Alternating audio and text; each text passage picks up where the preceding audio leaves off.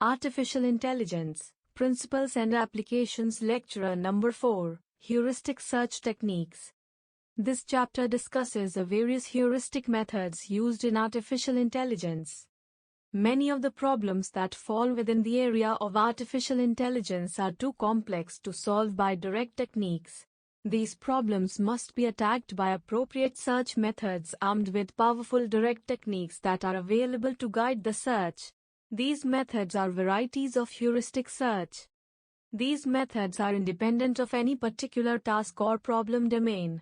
Their efficiency highly depends on the domain-specific knowledge rather than all applications. Their process is so vulnerable that these techniques are so-called weak methods. Heuristic search refers to a search strategy that attempts to optimize a problem by iteratively improving the solution based on a given heuristic function or a cost measure. Common heuristic search techniques are generate and test, hill climbing, search methods, problem reduction, constraint satisfaction, means-ends analysis. This is a common technique used to solve problems.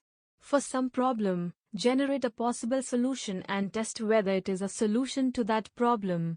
Generate and test can also operate by generating solution randomly, but there is no guarantee that a solution will ever be found. Hill climbing is a problem-solving technique that is used to solve artificial intelligence problems. Most of the time no other useful knowledge is available while solving the problem. Hill climbing strategies expand current state in the search and evaluate its children. For further expansion, the best child is selected, then are removed its siblings and its parent. The search process is terminated when it reaches a state that is better than any of its siblings. Hill climbing technique solves 8 puzzle problem in figure with the initial state and the goal state. In 8 puzzle problem, any path leading to the solution may be taken since the aim is to obtain goal state. The step is to identify the best heuristic value. The next step in given. The next step in given.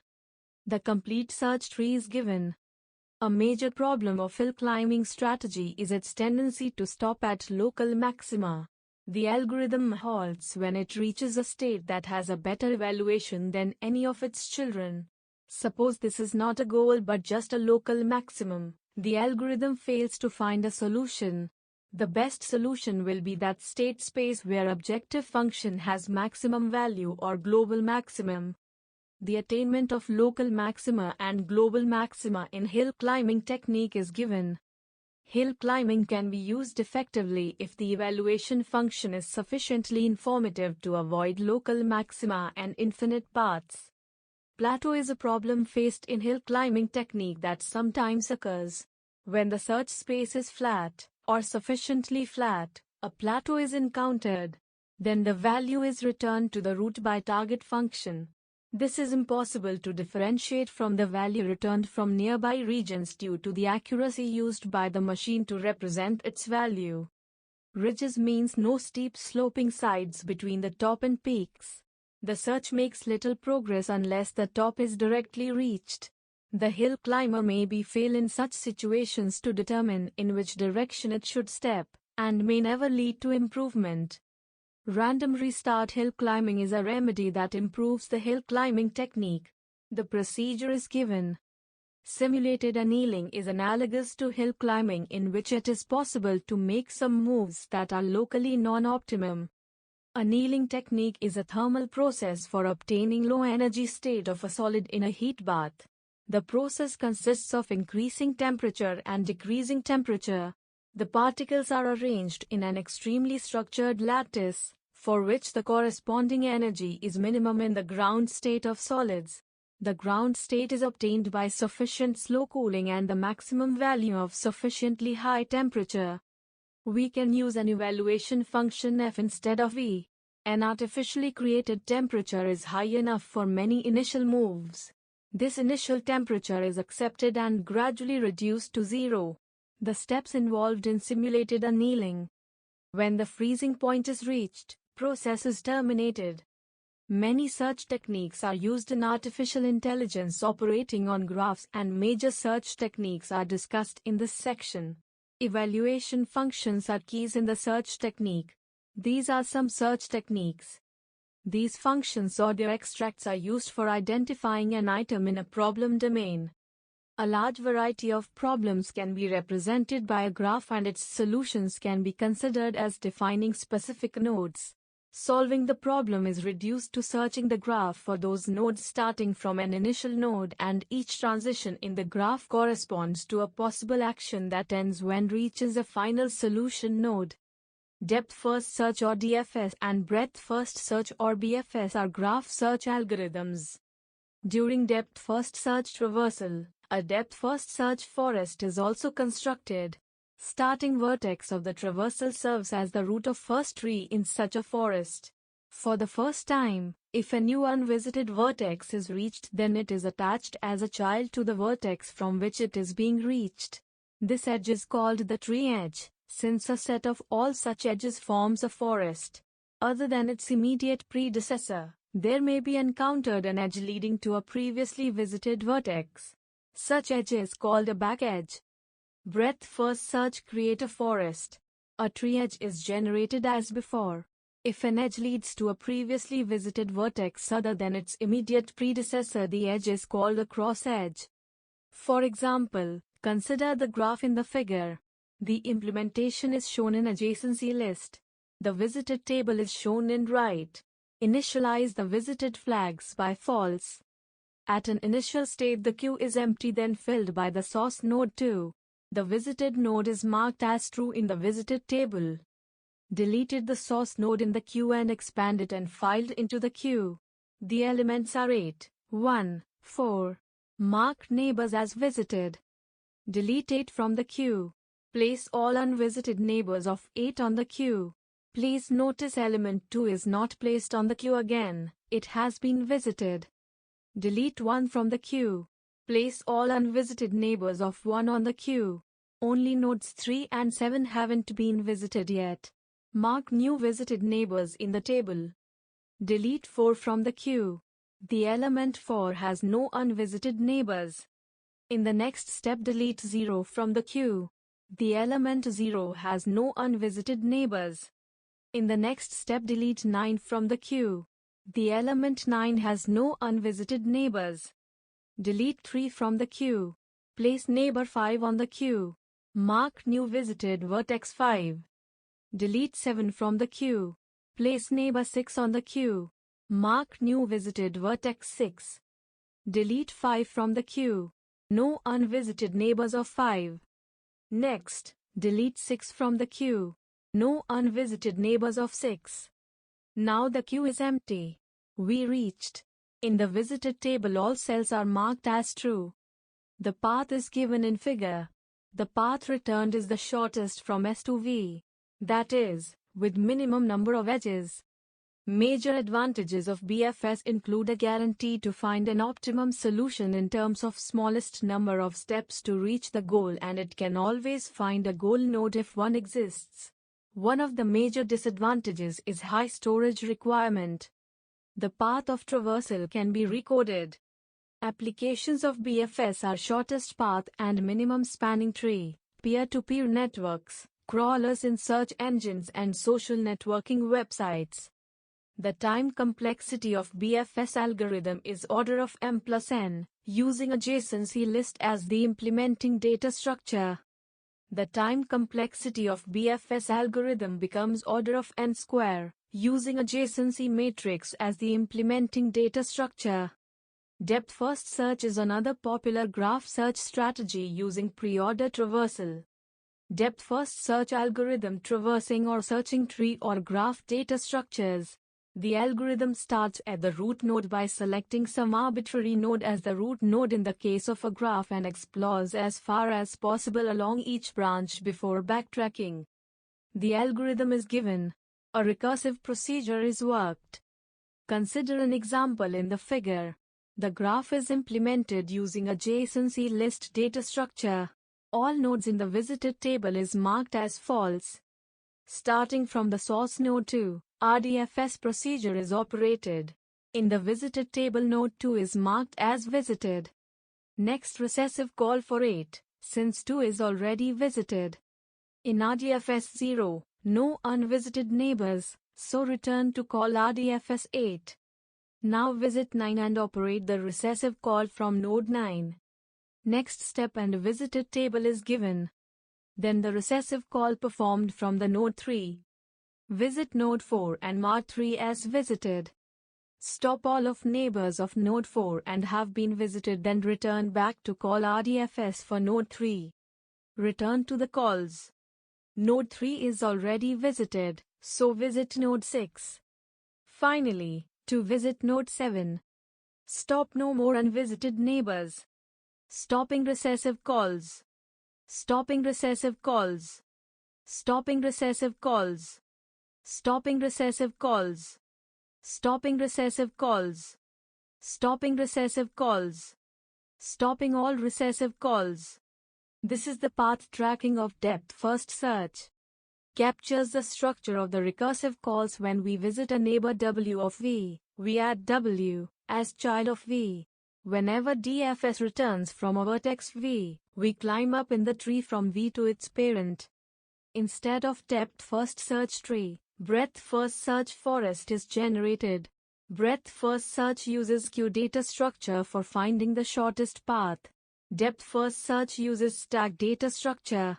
BFS can be used to find single source shortest path in an unweighted graph, because in BFS, we reach a vertex with minimum number of edges from a source vertex.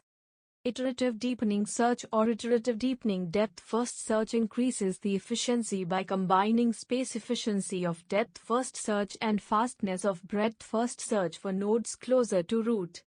Uniform cost search algorithm is different from BFS and DFS because of the costs coming into play. That is, when a different cost is available for each edge of the graph, the algorithm traversing via different edges might not have the same cost, and its goal is to find a path where the cumulative sum of costs is least. Starting from the root node, uniform cost search expands towards other nodes. This algorithm is useful to solve any graph/tree when the optimum cost is in demand. Using priority queue, uniform cost algorithm is implemented that gives maximum priority to the lowest cumulative cost. Greedy method suggests constructing a solution through a sequence of steps, each expanding a partially constructing solution obtained so far, until a complete solution to the problem is reached. Major algorithms that use greedy techniques are Prim's algorithm, Kruskal algorithm, Dijkstra's algorithm, and best first search. To identify minimum spanning tree from a graph, Prim's algorithm and Kruskal's algorithm are used. Dijkstra's algorithm is used for identifying shortest path, and best first search is a graph search algorithm. Best first search is a combination of depth first and breadth first searches. Best first search is a greedy method used to solve problems. We may reach a solution while using depth first algorithm without computing all nodes. Best fit search is one of the finest search methods which uses a combination of depth first search and breadth first search.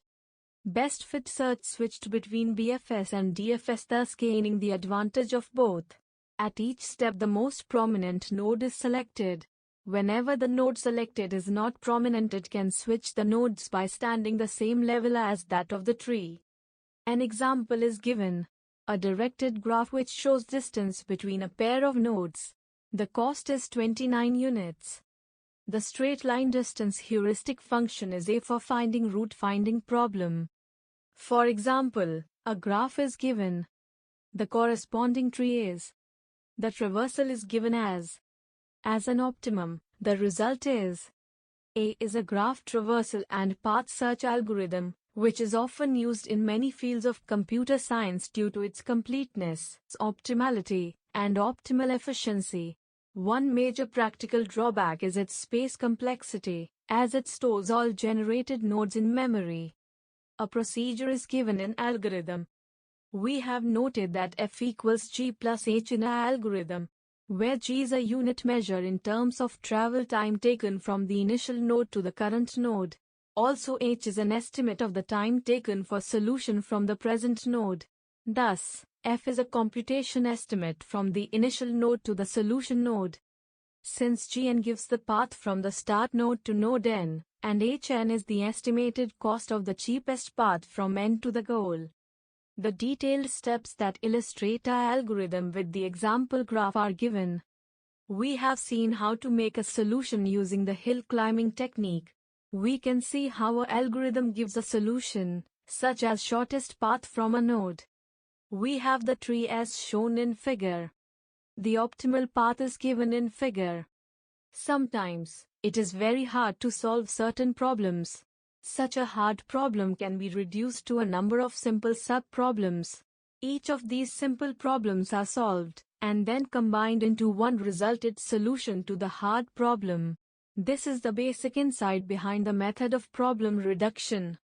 For example, if we wish to acquire a television, either steal it or earn money and buy it, it is useful to represent the solution of a problem that can be solved by decomposing into a set of smaller problems, all of which can be solved.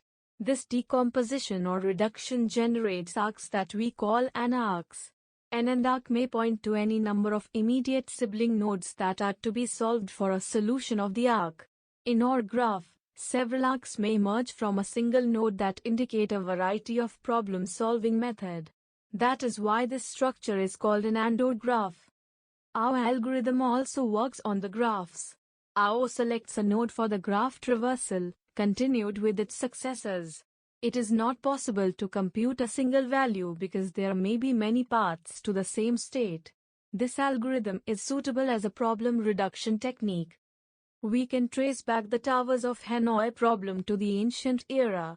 In the great temple of Brahma in Banaras, on a brass plate under the dome marks center of the world, there are 64 gold discs that the priest always carries one at a time between these diamond needles. The Brahma's immutable law states that no disc can be placed on top of a smaller disc. It is considered that during the beginning of the world all the 64 discs formed a tower in the needle. Now, the process of transfer of discs is taking place from one needle to another. It is believed that when the last disc also comes in place, by again forming the Tower of Brahma in another needle, it marks the end of world. Constraint satisfaction is a search procedure that operates in a space of constraint sets. Constraints in the initial state are originally given in the problem description. Any state is a goal state that has been constrained enough where enough must be defined for each problem domain. Constraint satisfaction is a two-step process. First, constraints are discovered and propagated as far as possible through the system. If there is no solution reached, then search begins. A guess is made and added as a new constraint propagation that can occur with this new constraint. The step is repeated again and so forth. In cryptarithmetic problems, enough means that each letter has been assigned a unique numeric value. An example is given.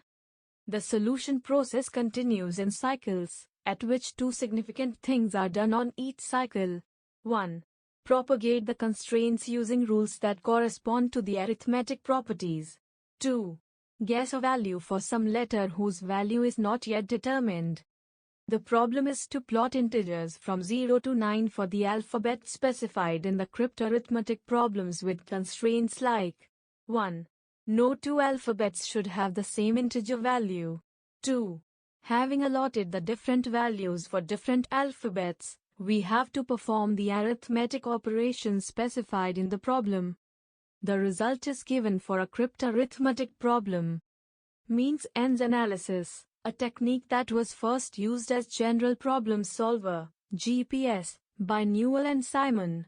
It is a problem-solving method in which the current state is compared to the goal state. The distinction between them is divided up into sub-goals in order to achieve the goal state by the use of the available operators. Means-end analysis is one of the weak search methods that have been utilized in both cognitive architectures and more general artificial intelligence research. Moves of a household robot is a suitable example to explain means-ends analysis. Suppose the robot used in the domain was given the problem of moving a desk with two things on it from one room to another. The objects on top must also needs move. The main difference between the start and goal states would be the location of desk. The available operators are given in table. Either push or carry could be chosen for reduce the difference. If we select carry first, its preconditions can meet. These results in two more differences that must be reduced: the location of robot and the size of desk. The location of robot can be handled by applying walk, but there are no operators that can change the size of an object, so this path leads to dead end. The difference table for the robot moves are given. You may please check the exercise in the book for understanding the improvements.